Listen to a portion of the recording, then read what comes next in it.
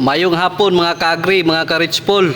Niata karon dinhi sa bodega sa Gisa Co-op. Akong kauban si Mr. Alejandro Siglos. Aduna siya ay organic rice.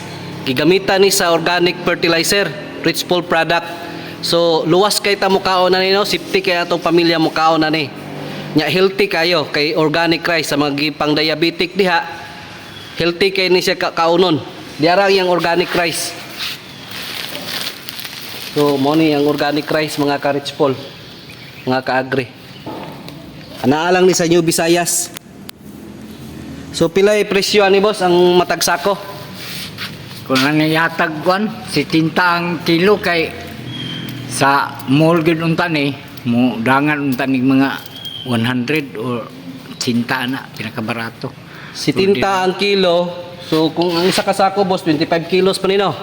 Kining 25 kilos. Ang 25 kilos, pila man ni siya? 1,750. 1,750 ang isa ka 25 kilos. ang 25 kilos isa ka sako. So mga pila ni kasako boss kan available nimo karon? Kuan sa 1150 sa 11 kasako sa tag 50. 11 kasako. Sa tag 50 kilos. 50 kilos. Okay. So mo ni no available ang